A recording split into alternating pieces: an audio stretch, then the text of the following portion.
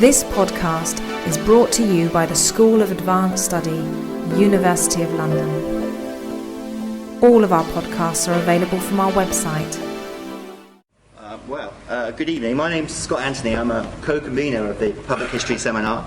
And the thing about the seminar is it's not just about history for the widest public, it's also history by the public. And to that end, we want to make this as a participative a session as possible.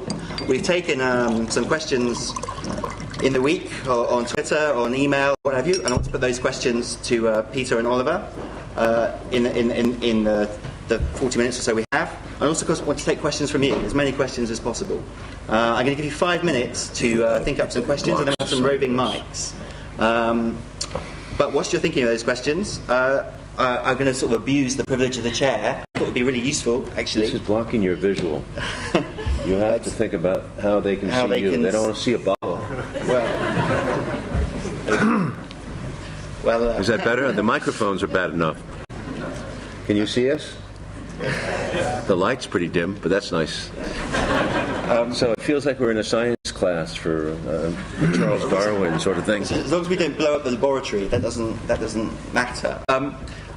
I suppose it would be really nice just to know a little bit about the genesis of the project, how you met, what you were trying to do, how you came together. Briefly, are we going to take questions at some point? That's right. Yes. So obviously you can follow up on what you like. Is this fine? Yes. To the back? Can you hear? Yeah. No, I met Peter in 1996 at American University. He teaches history and is the director of the Nuclear Institute of Studies. His specialty has been nuclear war, and which really is a dull subject, it seems, at times. But frankly, I wasn't that interested in it. But he brought me there for a class at American University for History. He was teaching in my films, all the films that were historical. Very popular class, apparently. We went out to dinner, and I asked him idly, about to tell me a little bit about the atomic bomb, because I knew he'd bore me. Because, frankly, in America, we don't follow that subject anymore. It's accepted. It happened. We dropped the bomb to end the war. Japan surrendered based on that bomb, and that was the end of World War II. So it was a very clear American narrative of triumphalism. Peter put a twist into it and said, "No, you ever heard of Henry Wallace?" And he put this Hitchcockian twist into this great story of the atomic bomb. He made it interesting and personalized it because Wallace was invested in preventing that bomb from being misused. And indeed, like a Frankenstein's monster, it was dropped very quickly and without thought by Truman and his gang in 45. Great story. And how to tell it. It became obsessive. 12 years go by. I want to do something about Wallace. It doesn't quite happen. I come to him after the George Bush interregnum of 8 years, and I'm really depressed. Really depressed. I mean, it seems like, what's the point? What am I going to be here for? I can't make another movie like this. I have to simply try to put it all together into one movie, which is a documentary that would go from 1945 to now, or basically 1940 to now, my era.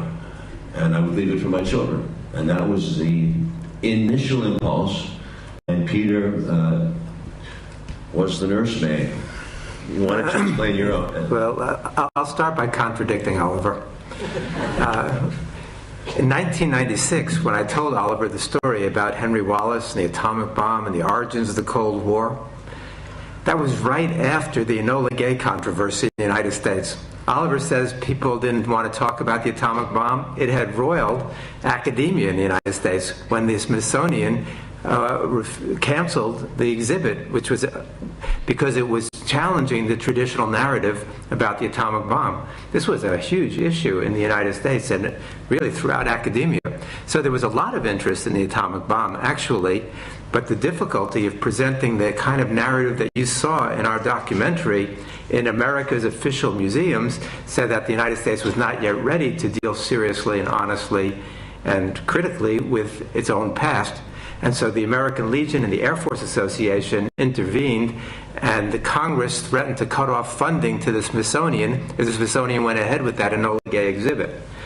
Then finally, in 2003, they display the plane at the annex to this Air and Space Museum, the Udvar-Hazy Annex, and General John Jack Daly, the head of the Air and Space Museum, says we're going to display the Enola Gay in all of its glory as a magnificent technological achievement. So if you go there now, you see it being displayed, but in a very, very uncritical, unthinking way, without any of this history, without any of this context. But Oliver and I began this friendship and collaboration back in 1996, and then it blossomed over the years. In 2008, we spent 5 years working on this project. So you saw episode 3. We also have an 800-page book that we wrote as part of this to give a lot of the background, the documents, the evidence, so that people can see why we're saying and what we're basing this on, and to give that background. Thanks. I have 2 more questions before I'm going to open up to the audience, and firstly is the obvious question, in a sense that it's a polemical series and a polemical book, and sets itself up as a corrective to correct biases in the mainstream American media in particular, and I'm just curious to Peter, how your sort of peers in academia have responded, in a sense, because it's something that humanities scholars are perhaps often squeamish about, rightly or wrongly, and to Oliver, in a sense, just to pick up what you said there, in terms of, did you see this in a sense as a new project or a new step into a new field? Because it does strike me that so much of your sort of film career is about the untold history of the United States, back to Salvador, in a sense. And, on the one hand, this is a Gonzo History Channel project. On the other hand, it seems a sort of continuing theme of your work. I like that, Gonzo history. I do. I really like it. We'll get back to that. Go ahead. What you have to understand the response in academia is that the United States, among historians, the historical profession moved pretty sharply to the left by the 1970s. A lot of the people who were active in the New Left went into academia, and history, the traditional view of history that we saw in the 50s and 60s and 40s, begins to be challenged in the 1970s. And that's when we have the new social history, the influence of E.P. Thompson. You've got history from the bottom up beginning in the 1970s and 1980s, and the kind of that progressive view became really hegemonic among historians in the United States.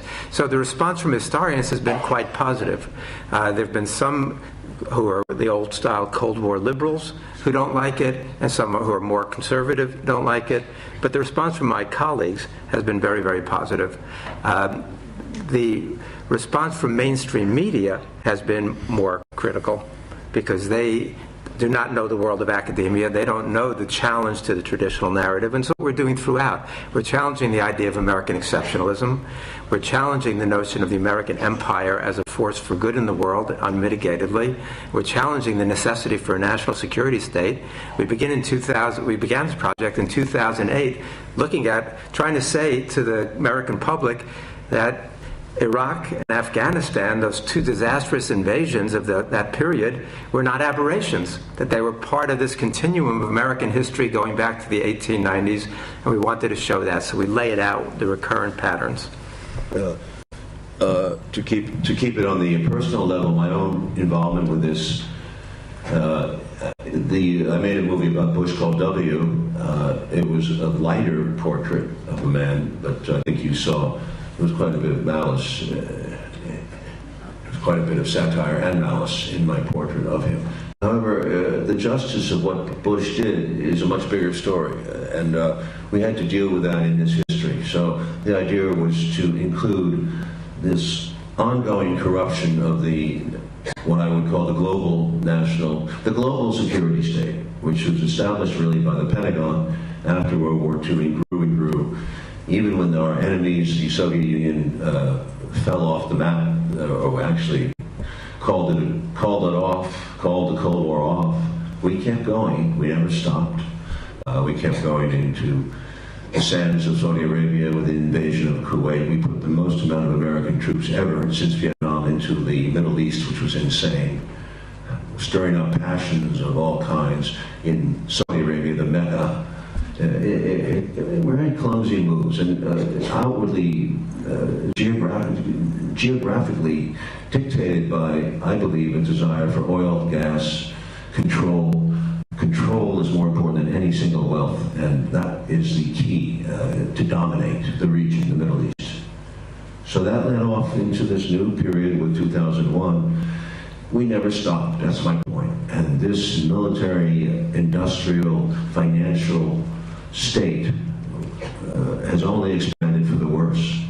But seeing this for my children could be very, I think the best thing I can do at this point, because I woke up late in my life. I was 40 years old when I actually went back to Central America and saw with my own eyes the behavior in the 1980s of the Reagan people and the troops that we had there, and the attitude toward the Sandinistas in Nicaragua, and the support we gave to the madness, the dictators and the death squads that were wiping out and oppressing the poor people of these regions, and not even being able to get away with calling it communist, serious communist anymore. So this made me say, and I said to myself, look, I'm a little bit stupid here. I saw this in Vietnam. I was ashamed of it, but I never really saw it so clearly as I threw Redux the second time in Central America. That set me off onto a commitment to make progressive films, but none of them could match the overall picture that was. I couldn't do it, the overall untold story with a generation of Tolstoyan people. It would be a nice idea, you know, it'd be a great idea to do 1940 to now, but it's quite a big work. But to do it as a documentary seemed feasible. Little did I know it would not take 2 years, it would take 5, and it would go over budget, and it would be very difficult. But because I tried to do it with my left hand to begin, and I found that it needed my right hand too.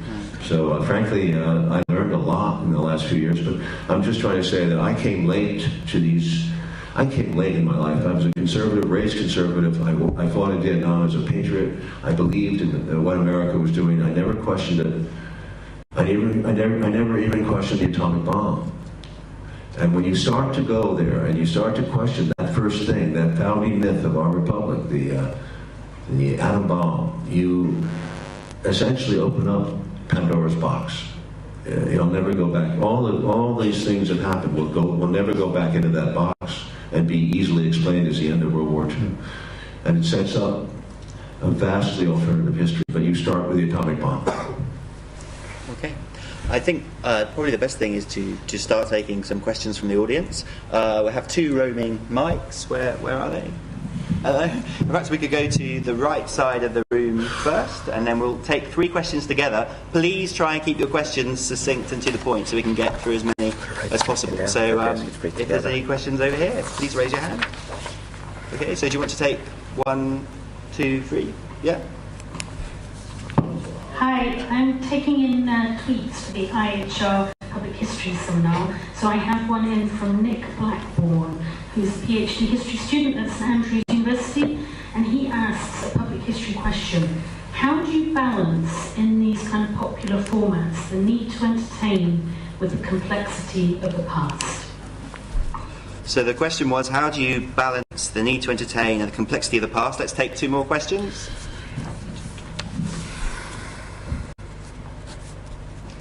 I was wondering if Oliver subscribed to the belief of New World Order and,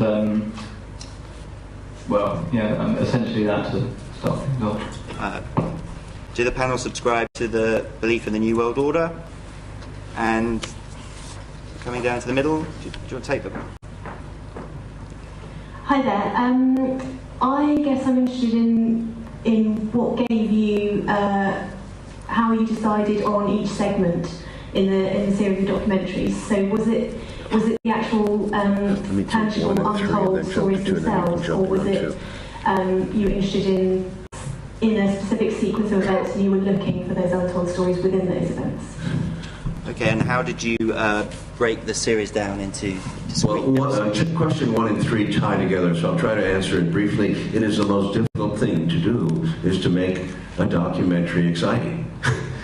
Most documentaries, they have improved, I think, quite a bit in recent years, but most tend to be boring, or to go to a lot of talking head interviews where you're making the point, I think, sometimes repeatedly. I was very impressed with the British series World at War in 1970s, 2, 3, Jeremy Isaacs, 26 hours, although it's vastly, I think, unbalanced on the Soviet issue. I think it's a magnificent series that proved that you can make a long form, 26 hours, of one subject and keep an audience over time, not just in the present season, but over 30, 40, 50 years. I would like this series to be out there in the next 20 years and be able to come back and talk about it and see what was wrong in hindsight or what was right. This is a form of inquisition. So to make that inquisition exciting, in other words, I'm learning, and hopefully some of the audience is learning, here's the key to this thing. And you make the music, you have movie clips where you need them, and you cut free associatively to images that you think might be apropos. Someone in the style of Adam Curtis, who's been much criticized for it, but so what? He broke barriers. He made us think in new terms. The book is available. You can read the book separately from the movie, and you will have it's a different experience. When you see a movie, you're in that movie for that moment, and I hope you saw a sense of it today, the drama, the build-up. We start out with a thesis, then there's a counterattack, and then often the synthesis. And we all do that in 58 minutes and 30 seconds to the second. The narration is the result of much rewriting. The narration has been simplified from an extensive amount of subject matter. So I think, where is the line? You find the line every time. When people start to fall asleep watching it, that's your answer. When people are awake watching it and are provoked, that's your answer. So it's a very subjective thing, but I love exciting documentaries. But as long as, in this case, we were fact-checked to death. There's no question we lost a lot of time with changes and fact-checks. We had separate fact-checks from Showtime, from CBS Legal, and ourselves. We had one from our group. As to the second question, which was about what? The New World Order. Just briefly, I would say that I associate that terminology with George Bush, the father, in the 1980s when he went into Kuwait and Saudi Arabia, which is even a bigger offense, and called this sort of the end of the Vietnam syndrome and the beginning of the New World Order. It has very negative associations to me, and I know that it unleashed 20 more years of unfettered capitalism, where the banks and the IMF tried to run the world alongside this New World Order, and it seems to have been a disaster because worse things happened after the Soviet Empire fell than any time during the Soviet Empire, with the possible exception of the Cuban Missile Crisis and the Berlin Wall and the oppressions we saw, not only in the Eastern Europe, but the oppressions we saw in the third world countries by the U.S.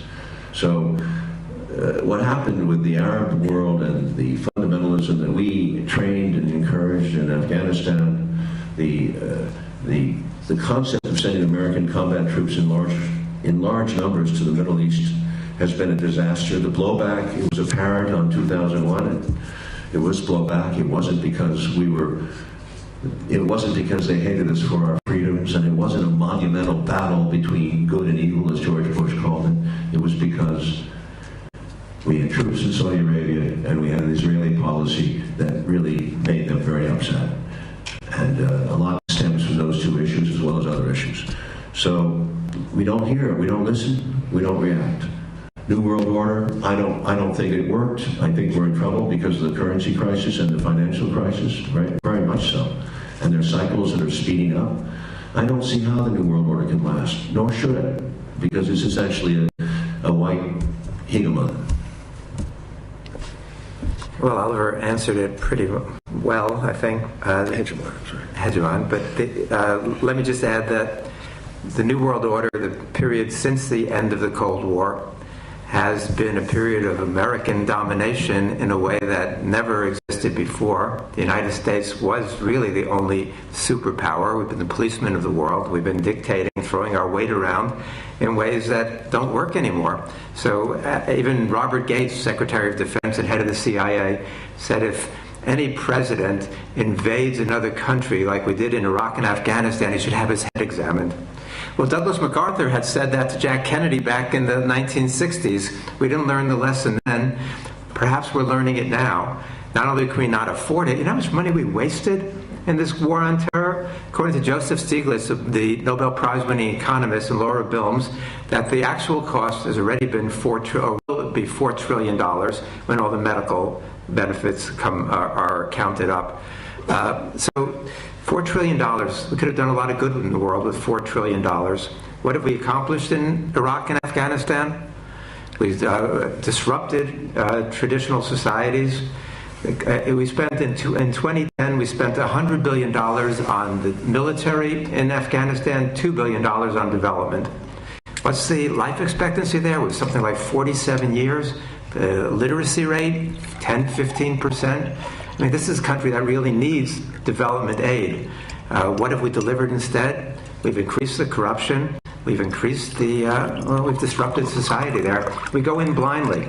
We get warned beforehand what the consequences can be, and we ignore them. You've got presidents who invade these countries. George Bush didn't know the difference between the Sunnis and the Shiites. I mean, we're dealing with a level of ignorance. The China experts were driven out of the State Department during the McCarthy period. So, of course, we go into Vietnam. We know nothing about Vietnamese history. Nobody spoke the language. We invade countries cavalierly. We don't even have the level of knowledge that the British had. At least the British had some knowledge of the countries that they were conquering and dominating. The Americans didn't even have that when we go into these places.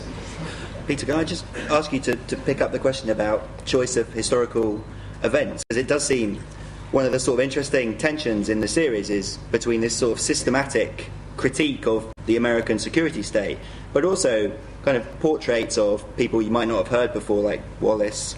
Do people know villains? So in a sense, there is this kind of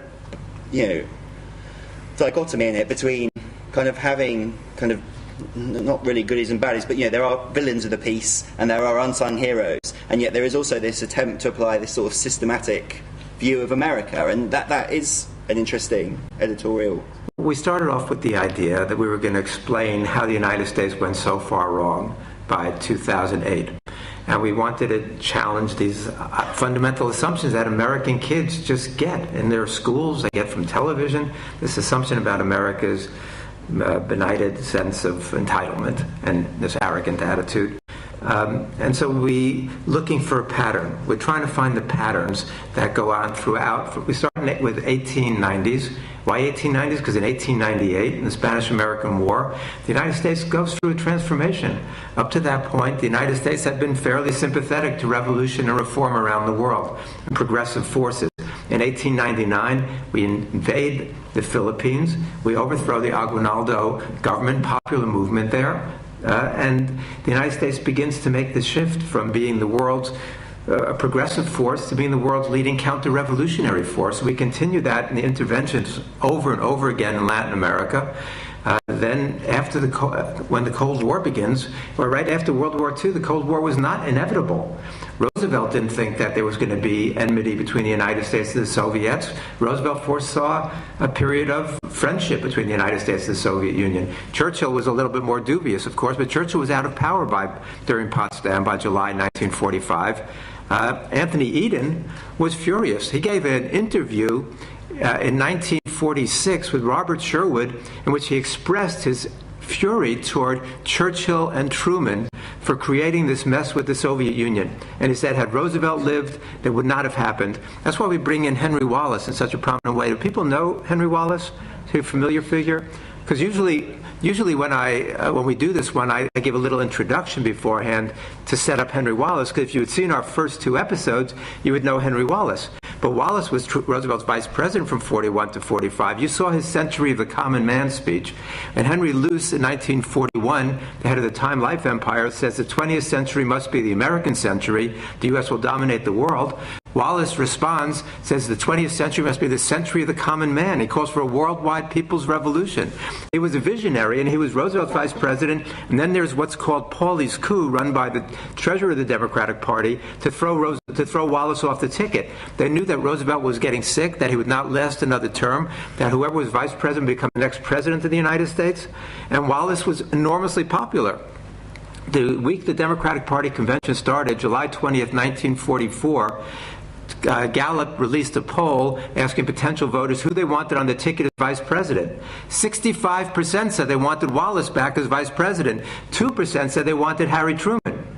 Wallace was the second most popular American at the time. So they engineered this coup with the party bosses to get him off the ticket. But in the midst of that, during the convention, Claude Pepper, the senator from Florida, got 5 feet from the microphone to put Wallace's name in nomination before the bosses forced the adjournment. Had Pepper gotten those 5 more feet we show, then Wallace would have been back on the ticket. It would have swept the convention that night. And we argue that there would have been no atomic bomb and very possibly no Cold War. If there was one, it would have taken a very, very different form than it did. So we're trying to find those moments where history twists, where those hinges, where the doors of history turn, and where things could have been different. And that was one of those key moments in 1944 and 1945. But we point to a lot of other ones as well, because we want to give people a sense of hope also. The stuff is very bleak about the atomic bombing, the Cold War, the wars that we're pointing out. But we also know that things are hopeful, that there are social movements, social forces that also push history in certain directions, and there are also visionary leaders. And the United States has had some who've tried to take our country in different directions. They haven't, unfortunately, succeeded, and some of them have been changed, but change is possible and different directions are possible. I think we should take some more questions. If we perhaps take the gentleman at the back, and then if you come down to the well, we'll take 3 again. Firstly, can I just say thank you very much for a fantastic film, brilliant project. 2 questions. The first is, are you really suggesting that Stalin had absolutely no interest in occupying Eastern Europe as much of Western Europe as possible? No. And it was simply because of the atomic bomb that he did that, firstly. And secondly, you as historians know what the Japanese were thinking. You have the advantage of knowing what was happening in Manchuria. What evidence do you have that the man you regard as the criminal in this, Harry Truman, knew the evidence rather than having to make a hard and very difficult political judgment? If it's a judgment question, it's very easy for historians to criticise, but in the heat of the moment, faced by the alternative, he either had to invade with American troops or he had to drop the atomic bomb. Do you know that he and his advisors were aware that the Japanese were about to surrender? Can we just answer that? Yes, sure. Those are pretty loaded questions, so rather than go on to the other things, let me start with the second one, and then we'll get to the first. What did Truman know at the time? Truman was in a very difficult position. He had been vice president for 82 days. Roosevelt had met with him twice and spoke about nothing of substance. Truman's level of knowledge was so low, and people had so little respect for him, that as vice president for 82 days, nobody even bothered to tell him we were building an atomic bomb.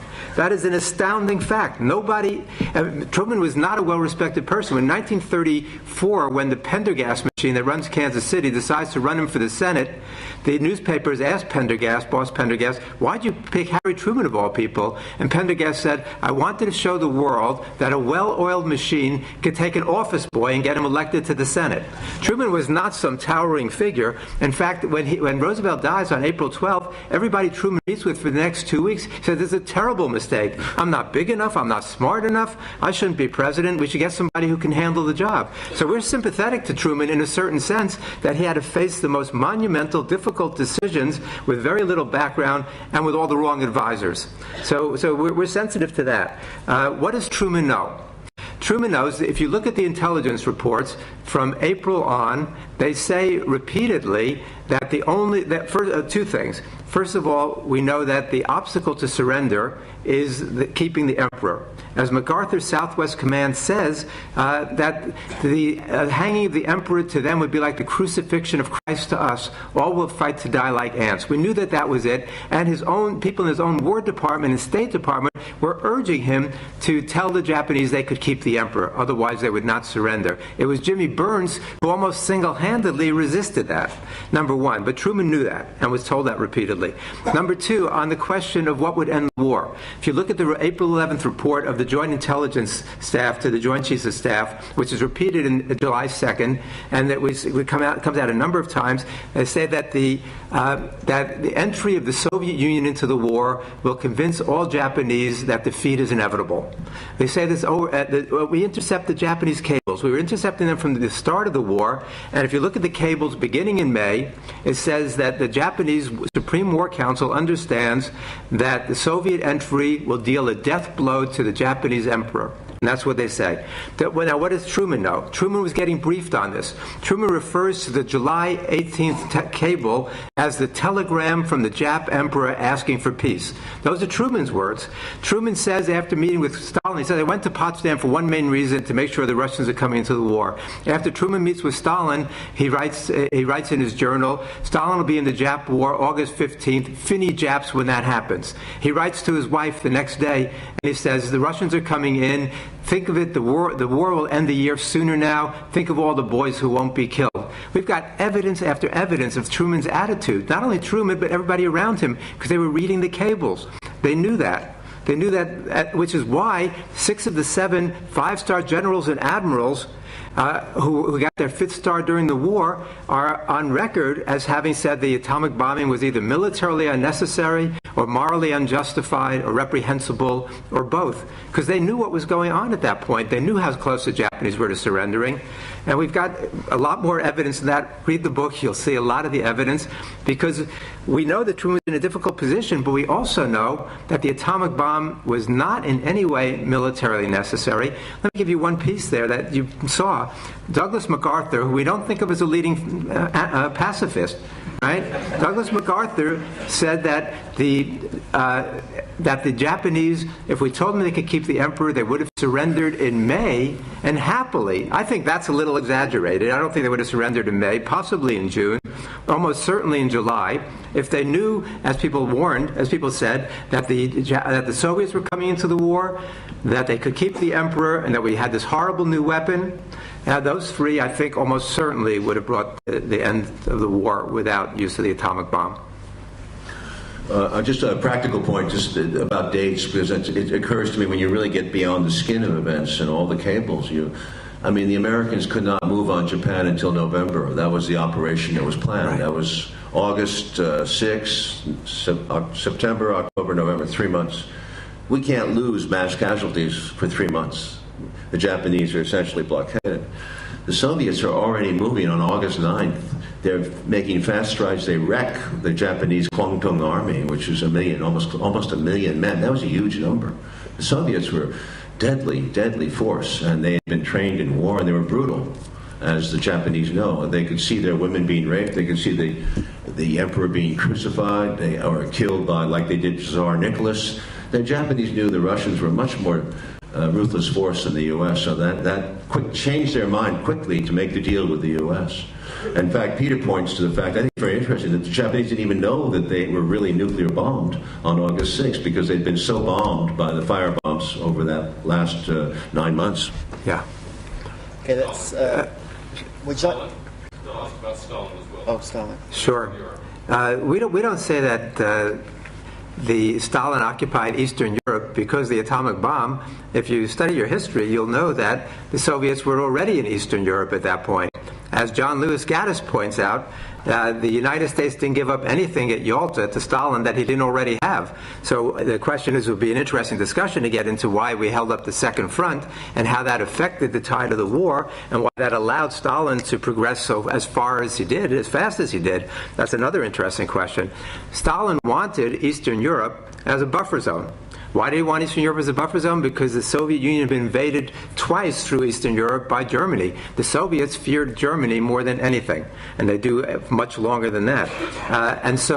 But if you look at the actual timing of when he puts down these repressive dictatorships in Eastern Europe, most of that doesn't happen until 1947 and 1948. What we're arguing is that there was a period between 1944 and 1946, 1947. If you had a different approach toward the Soviet Union, those governments there would have been repressive in Eastern Europe. They would have retained that area. They wanted a buffer zone. They would have been repressive governments, but they do not become lockstep dictatorships until 1947, 1948.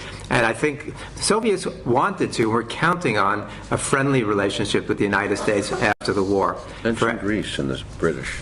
Well, it's a parallel story. It's a somewhat different issue, though, because Oliver's referring to the October 1944 meeting between Churchill and Stalin, where they have their 70% here, 55% here, and how important it was to Churchill. He's willing to give up. He said, okay, you can have 75, 80%, 90% influence in Eastern Europe, but I want Greece. And then he later says, Stalin never broke his word to me.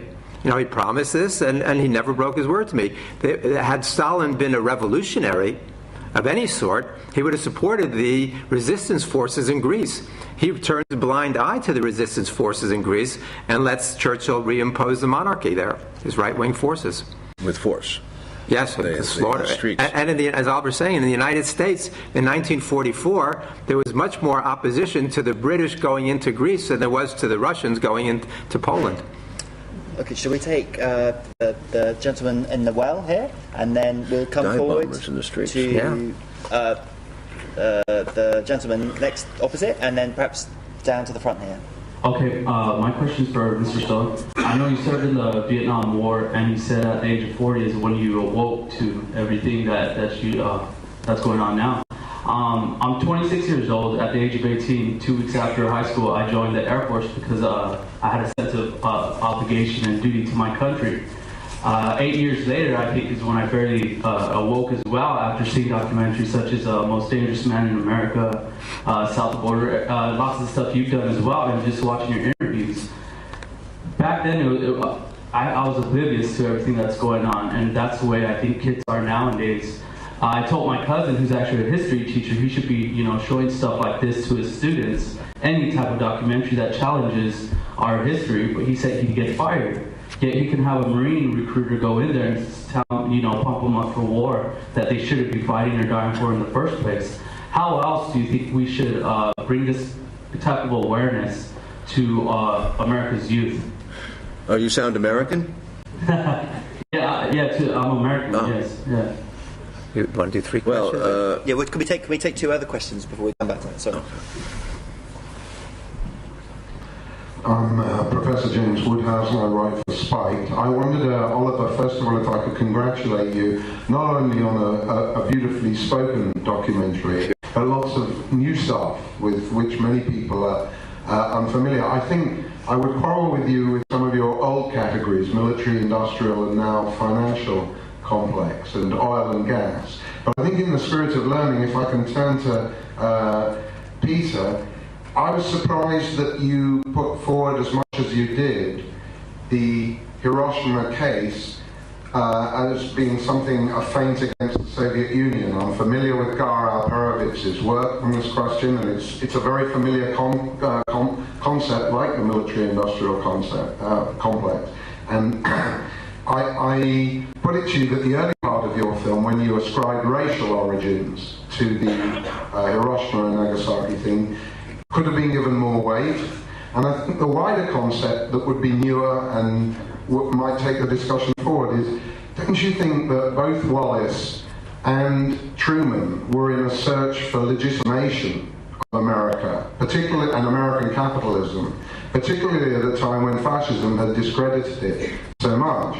And in that cause, Truman wanted to represent the Soviet Union as totalitarian and fascist in the Cold War, and Wallace was concerned with legitimation from below, so to speak, to have a peaceful capitalism and imperialism. For his pains, I believe his supporters were baton charged on the streets.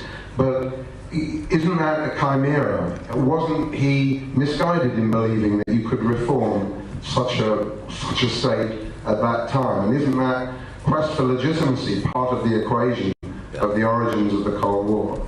Well, sorry, can we take one more question and then we'll come back to all of them? I forgot all my good ideas. Hi.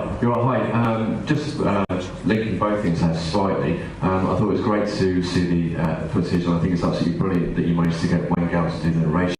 I'm thinking back to the first question there, as regards inputting a alternative history of America into the homes of everybody on a weekly basis now.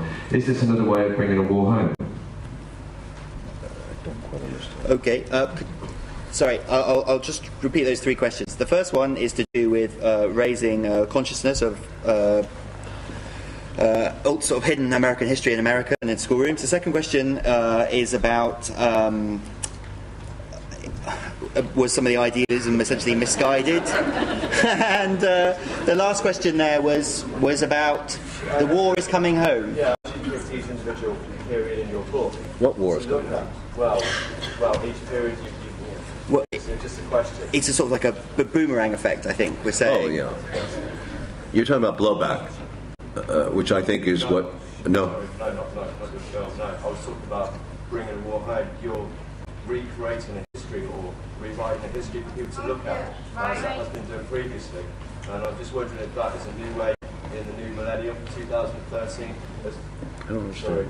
I'm just saying that as you're producing a new history, or a rewritten or a reworking of a history, and pointing out its faults with its history, you are now through CBS or Sky Atlantic or whatever going to inject that into everybody's home in America. Is this a new way of bringing the war home? This is a form of change, isn't it, that you're trying to instill in American culture, same as the young man back there. Can you answer that? Yeah. Okay, I'd like just to go back to number 2 for a second while I remember what I was going to say. In the same, my answer, and I only can answer part of your question, I'm going to leave the rest to Peter. We know Gar, we saw Gar the other night too, and he's a wonderful man, and so is Leffler, what's his name? Marty Sherwin. What's his name? Marty Sherwin. Yeah, he was there too. But listen, you talk about the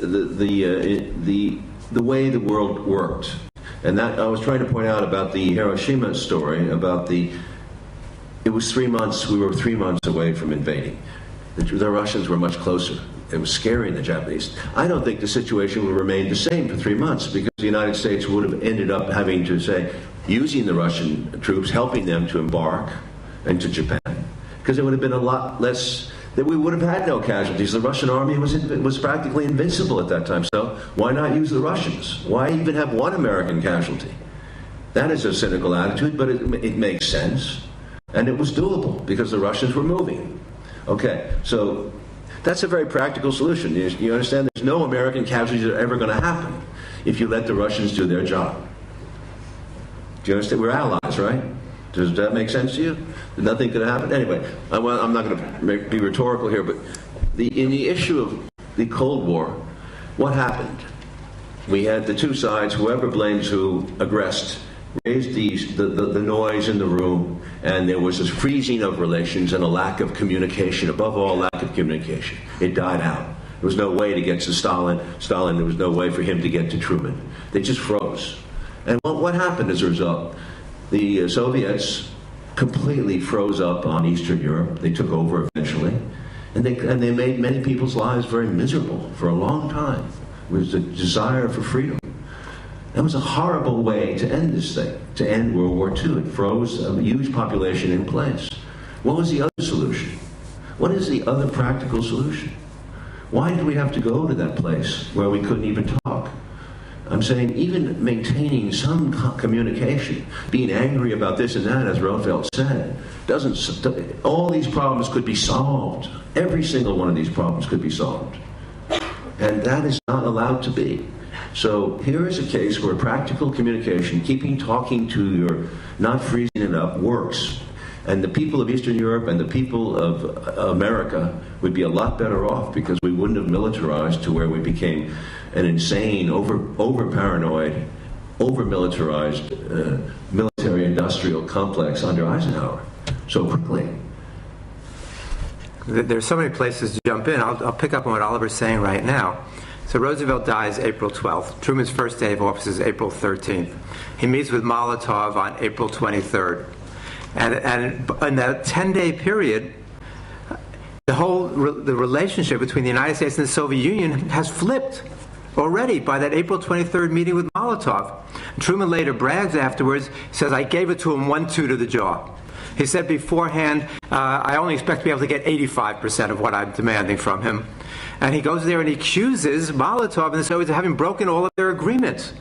He knew nothing about what he was talking about, but this was the Harriman line.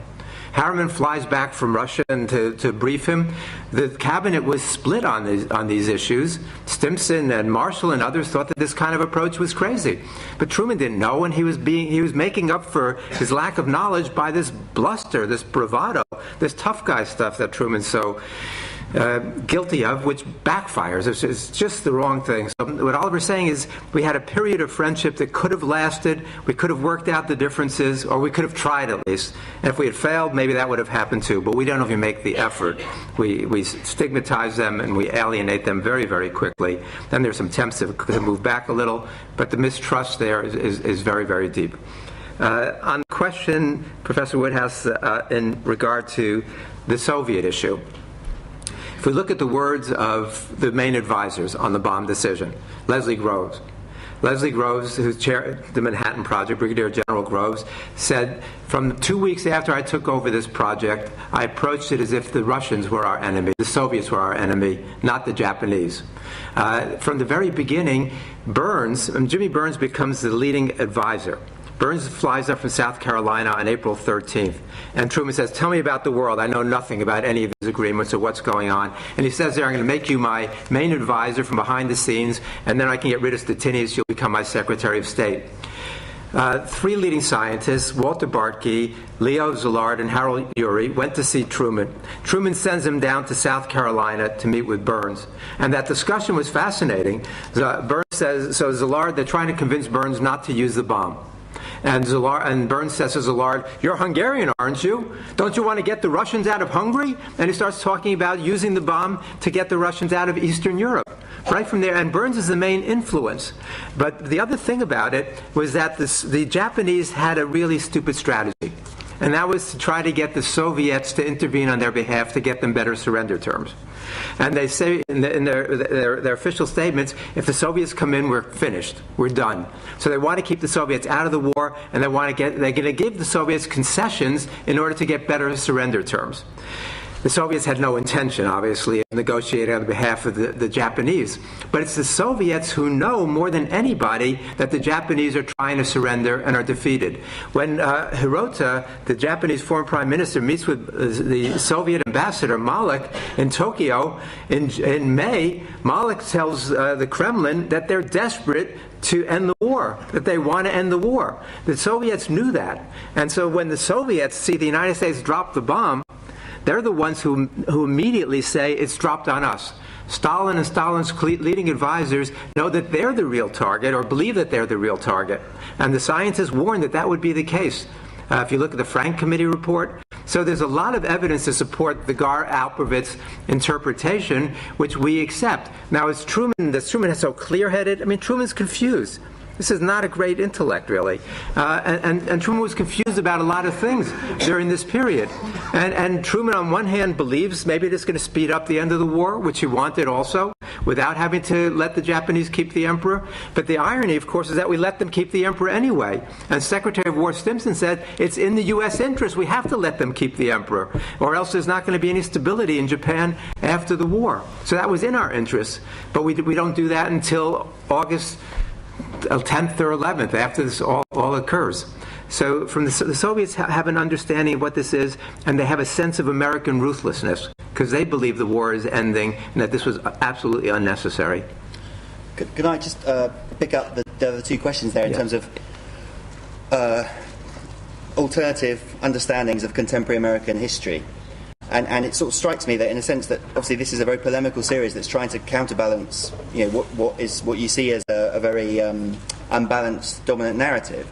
But on the other hand, it is called Oliver Stone's Untold History, and I wonder, in a sense, how do you kind of get past this very polarised society? How do you stop just preaching to the converted, in a sense?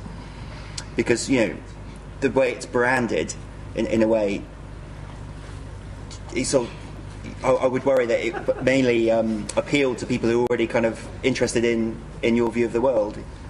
Well, my view of the world has expanded, and my viewership can expand too. There's no reason why you cannot reach moderates and people who think for themselves. In fact, I'm very heartened by the reaction to the series. It was unadvertised, and it went out on a premium cable station, but we managed to haul 1.1 million viewers a week, and they hung in there through all 10 chapters. The viewership was as high as at the beginning, and there's a demand for it on demand, and we're also coming out with DVD. We sense that this is a swelling viewership, and we sense all over the world we're starting to go out. The book's going out.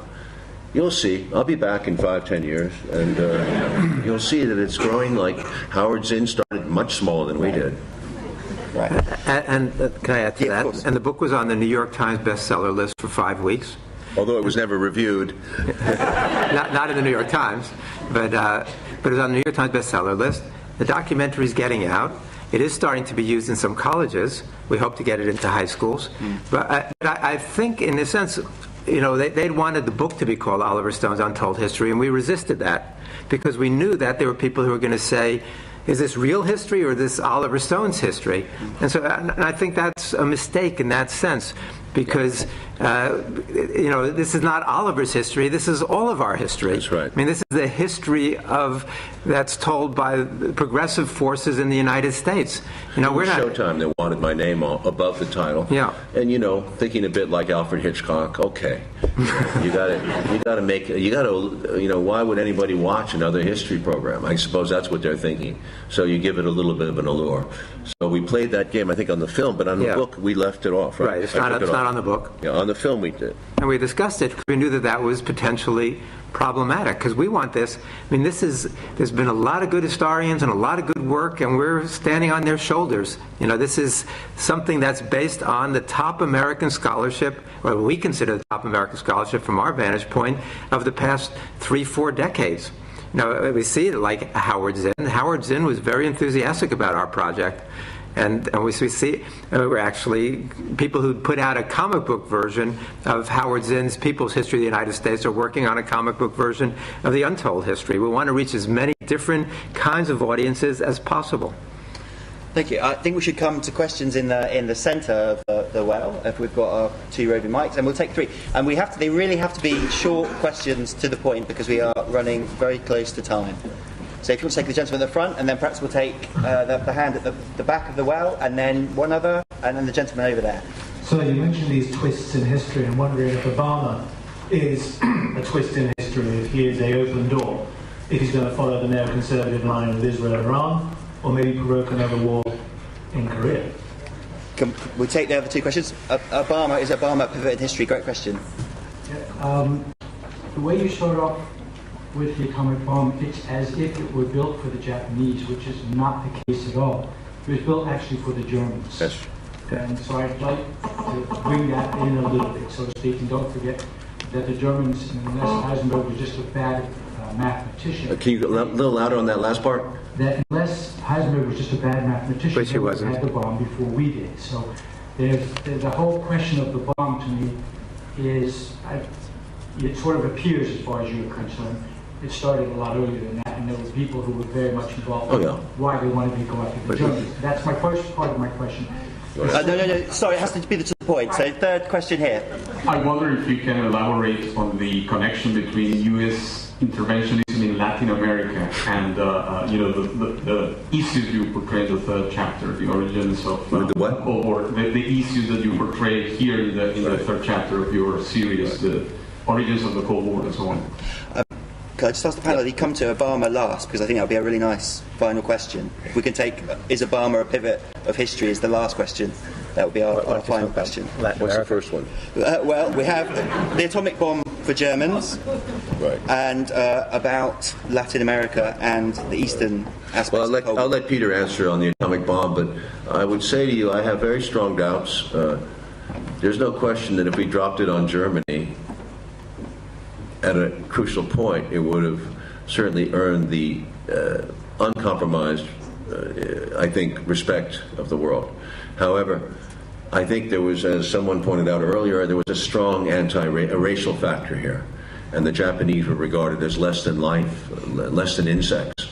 So there was less qualms about dropping a bomb on Japan than Germany.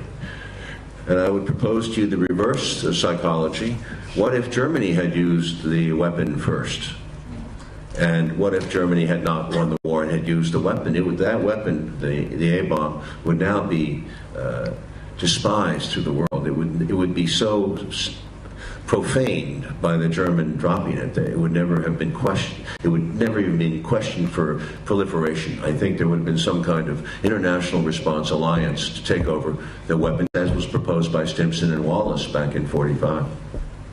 You want to go on about that? About the nuclear? Yeah, okay, certainly. The question of why we started the bomb project, we have Einstein. This should be in this episode where we quote Einstein and saying that Einstein sent the letters to Roosevelt. He actually sent 3 letters, and he said, I made one great mistake in my life, sending the letter to Roosevelt urging him to begin the bomb project, and that had nothing to do with the Japanese. The bomb was initially, as we show and we talk about in the book, was seen as a deterrent. It was a deterrent against the idea that the Germans would get a bomb. That's what the emigre scientists who were pushing the United States to develop the bomb feared. What would happen if Hitler got a bomb? And that's, obviously something to be very frightened about. And that's why the United States began the bomb project. But we learn in late 1944 in an espionage program called the Alsos Project. Alsos is the Greek word for grove, is named after Leslie Groves. We went into France and we found out that the Germans had abandoned nuclear research back in 1942. That Speer and Hitler had decided that it would take 2 to 3 years to develop a bomb, and it wouldn't be worth the effort. They put their efforts instead into V-1 and V-2 rockets. So the Germans abandoned the bomb project. We knew that. At that point, one person left the bomb project when we found out that the Germans weren't developing a bomb, Joseph Rotblat. Great man, who later goes on in 1995 to win the Nobel Peace Prize. Just fabulous man. But he was the only one who left the bomb project at that point. So we started it to use against the Germans, but after Germany surrendered, we sped it up. As Oppenheimer said, we were under enormous pressure to speed this up, to get this finished by the time of Potsdam. They wanted to be able to test it. They moved Potsdam back 2 weeks. They wanted to be sure to test it before the Potsdam meeting. And so they know how extraordinarily powerful it is. And Churchill says, Truman's demeanor changed completely once they got the report on how powerful the bomb was.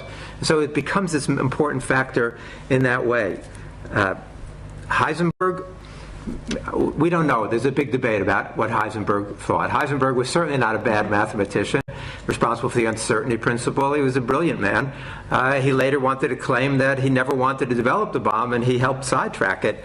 The evidence on that is somewhat dubious, unfortunately, but they decided not to develop the bomb, and Heisenberg never fought, really, as much as he might have, to develop the bomb. They had the capability, certainly. We have questions also about Obama's twist. South America first. Yeah. Do South America, and then we'll finish with the bomb. Right. I don't see any difference with the South American equation and the Middle East equation, except that we were doing Latin America sooner. With the Monroe Doctrine, but certainly after the 1900 war. By the way, we annexed Cuba essentially under the Carr Amendment, which is to say the Cubans had revolted against the Spanish Empire, and they had earned their independence, and we helped them, but then we took over the island and we became a business interest, and by the time Castro's revolution, Cuba was mostly American-owned and run. So all this expansion is running dictatorship, putting dictatorships in the Somozas in Nicaragua, the coup d'etats that we pulled off, the covert interventions in Chile, in Brazil, in Argentina, encouraging the dirty war, encouraging Operation Condor, encouraging death squads, using our knowledge from Vietnam to ship it to South America. It's a disgusting profile. Kennedy saw through it and tried in perhaps a too weak a way to do something about it with the Alliance for Progress, but when he was shot in 1963, Lyndon Johnson, within days, reinstated, what was it, the Mann Act? Mann. And he sent James Mann to tell every one of these countries in South America, look, forget about any kind of liberal reform shit. We got $8 billion down here, and we want our interests looked after. And he was a very hardcore guy. Johnson talked to the Greek ambassador somewhat in the same way. Listen, you bum, you're a flea. I'm an elephant. If you want me to step on you, he was talking about Greece in 1967. If you want to get stepped on, just okay. That's the way Johnson talked. That was America. He's the bluntest instrument of American policy we've ever seen, and I'm kind of grateful for him for his ugliness in that way. But Nixon was more nefarious and more secretive, and obviously bombed more than Johnson. But both have a pretty good record of psychopathic bombing of third world populations. And don't forget the coup in the Dominican Republic. Listen, Latin America is one of the dirtiest stories. It comes up to today. Cuba, Chavez, what's going on now? I'm sure America is still doing the same thing. Nothing has changed. The Honduran coup from 2 years ago is a disgusting example of American sneakiness in South America, and now in Central America, and now with this Obviously Venezuela is a huge regional power with a lot of wealth. This is worth so much to the United States. We've been pounding on the Chavistas for 10 years now. He's dead. We didn't bother to send anybody to the funeral. We said disparaging words about him. His funeral was attended by many heads of state. He's much respected in the world, the other world that exists. So I guarantee you that we're up to no good, and we're trying to already fix this next election or do something that's going to destabilize the Maduro regime, and you'll see the way we work. Who knows? He died of cancer very young. There's a record of a lot of Latin American leaders getting cancer in the last few years. I wouldn't be surprised at anything that happens when it comes to money and the importance of regional power in South America. But it's no different what we did in Indonesia, Vietnam, what we did in Chile, in Argentina, in Brazil, in Angola, and also in don't forget the Belgian Congo. It's an interesting story, but we can go on and on with this all over the globe. We have worked, tried to get our way, often at the expense of many innocent people and lives. Would you like to finish by giving thoughts about Obama? Does he fit into the sort of...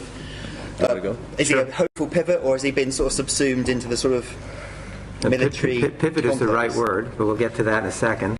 Obama's a huge disappointment to us. We both supported him enthusiastically in 2008, holding our nose in 2012, considering the alternative.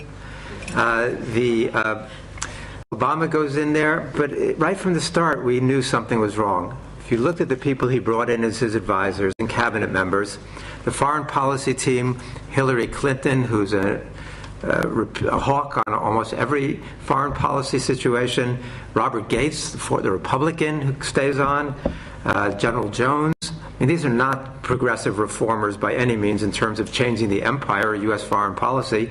His domestic policy team, the New York Times called them a constellation of Reubenites. These are the people who deregulated the economy. These were all Wall Street people. It's not surprising that his policies, foreign and domestic, were what they've been. But it didn't have to be. When he first took office, he met with presidential historians, a lot of historians here. And so he met with a team of presidential historians that went around the room and he asked for their advice. And one after another said, don't get involved in Afghanistan. Afghanistan is going to be a quagmire. It's going to be your Vietnam. Don't get involved. And what does Obama do? He triples the number of troops in Afghanistan. He doesn't follow their advice. He caves into the military pressure. One of the reasons we admire John Kennedy so much, especially in the last year of his presidency, he stood up to the military. As he called them, he stood up to those Joint Chiefs, sons of bitches, and those CIA bastards. And I mean, he understood that. Had he gone in, had he followed the Pentagon's advice and invaded Cuba, bombed Cuba and invaded in 1962 during the Cuban Missile Crisis, much of the world that exists now would no longer be here. He became that close. As you'll see in our episode on the Cuban Missile Crisis, the U.S. sub was dropping depth charges on the U.S. ship was dropping depth charges on a Soviet sub that was carrying nuclear torpedoes. And the commander gave the order to launch the nuclear torpedo. Had the other sub-commander, Arkhipov, not talked him down, then they would have launched, the nuclear war would have started, and much of the world, as we know it, would no longer exist. But Kennedy stood up to his military in that situation. Obama didn't. Obama caved on Afghanistan. He's caved on a lot of these policies. So we think that in some ways he's a voice of sanity compared to Bush, which is not a very high bar. But compared to Bush, yeah, he looks a lot better than Bush. He's at least understands that these kinds of policies are nonsensical, and that he's pursuing he hasn't sent the troops into Mali, and he hasn't sent the troops into Syria yet. But if you look at the overall thrust of his policy, nowhere does he critique empire. When he greeted the troops when they came back from Iraq, he told them they had fought this noble war. They'd gone there to help the Iraqi people, and they'd done this wonderful good. So he doesn't even question the empire, and that's what we think is necessary. And when it comes to the national security state, he's doubled down on Bush's policies. He promised to be the transparency president. Well, not only is he not transparent, he's been worse in a lot of ways. The United States intercepts 1.7 billion emails and telegrams and phone calls a day. Under all presidents from 1917 to 2008, the United States had indicted 3 people under the Espionage Act during that whole time. Obama has indicted 7 people under the Espionage Act. We were horrified. We criticized Bush for conducting surveillance without judicial review. Obama's killing people without judicial review, and there's hardly a peep about it. So we think that Obama, maybe slightly a step back in some ways, but in terms of what really needs to be done, Obama has been too much of the successor and inheritor of Bush's policies and not enough of the critic and changer. You want me to finish? Please. We called him a wolf in sheep's clothing, an effective manager. I would just say that in Chapter 10, there's a line that describes certainly our feelings about the twist, as you call it. It says, history shows us that the curve of the ball can break differently, again and again. And it is in that hope, that things are never what they seem. You expect the worst, it doesn't look good, but somehow, by some divine mercy, Sunday, October 27th dawned. That night, Saturday night, many of the officials in the cabinet thought it was over. McNamara among them. The world was at an end. 1962. In 1962. Sunday, the light broke. Somehow, the crisis dissolved. I go back to Roosevelt's words to Churchill. Most every problem can be resolved. It doesn't have to go to this place. Roosevelt saw clearly. Kennedy and Khrushchev, because Khrushchev is a crucial partner, saw that they were losing control of the military. There was a dawn of mercy. It happens again and again. But George McGovern runs for office in 72. He loses, he's wiped out, but he still said the right things and did the right things and was a beacon of hope. He could have been elected. In 1976, we all got behind Jimmy Carter. There was a great dawn to his presidency. It's a tremendous hope in New York. I remember that vividly. And things were changing. He announced interesting things. Within 2 years, he'd been terrified off by his Brzezinski and the various analysts around him, but he was changed. The same thing happened again with Gore in 2000. He won that election, and he should have been president. But it broke differently with the Supreme Court, and Bush inherited this. We inherited this nightmare from Bush. Gore would have been a much more far-seeing man, but that was how close. Obama was that close. In 1989 and 91, Gorbachev and Bush, the father, Gorbachev came out of nowhere. He was an agricultural engineer who came out of the Soviet system. We thought there'd be another deadbeat, a guy with no brains, a Chernenko, a Brezhnev. He was a brilliant young man. He saw another world. Robert Kennedy started out as a conservative, much hated young snotty lawyer, turned into a leading liberal for reform. Martin Luther King was a churchman, and he came out with his great voice. So it happens again and again, and it will happen again. There's somebody in this room, maybe, a young man, a woman who's sitting there, who's going to change the world. We have to hand down hope and freedom and a concept of a concept of history that means something, so that we know it for the future. Because there will be moments when it will break again. Who knows? This Chinese prime minister, maybe, or some guy in Africa, I don't even know his name, who might show up as a new leader of the world. Don't give up. That's what I have to say.